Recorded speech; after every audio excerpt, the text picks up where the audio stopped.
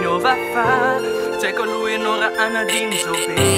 Nefa mbola iverinao fa aza manay Na voafetra aza ny fotoana tsy afo Fitiavako anao io tsy mbola niova fa Tshaiko aloha ianao raha anadiny zao bebe Nefa mbola iverinao fa aza manay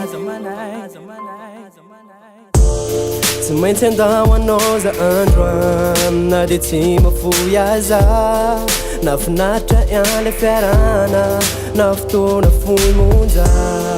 Tsy andriko zay andro iverenako Aninanao eto indray Amerin'ilay tsiky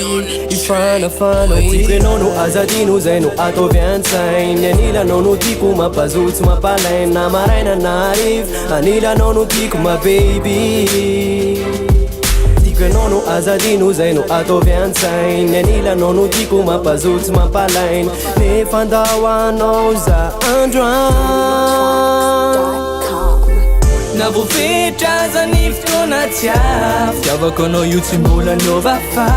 Tshaiko aloha ianao raha anadiny zao baby Nefa mbola iverinao fa aza manay Na voafetra aza ny fotoana tsy afo Fitiavako anao io tsy mbola niova fa Tshaiko aloha ianao raha anadiny zao baby Nefa mbola iverinao fa aza manay Fa malahelo satria zandehandeha Tsarovy nefa fa mivitatsika BDP Na fotoana fomonjaza ny rahana tety Te atovy an-tsaina hoe tsy kilalao reny favity Iriko hoe mbola itora tafahoany indray androany Na dia tsy mafoy aza andao anao androany Kazomena tsinaky asange mbola tia Rano faniriko netsika odoria Nefa noho vitana tsy mitovy te ifandao Fa ty kostiny tsarovy saty anao Tsy maintsy mbola iverina vakonsotro sao Te averitsika pitsikina le fomba fanao Tiako ianao no azadino zay no ataovy an-tsainy Anilanao no tiako mampazotsy mampalainy Na maraina na hariva Anilanao no tiako ma baby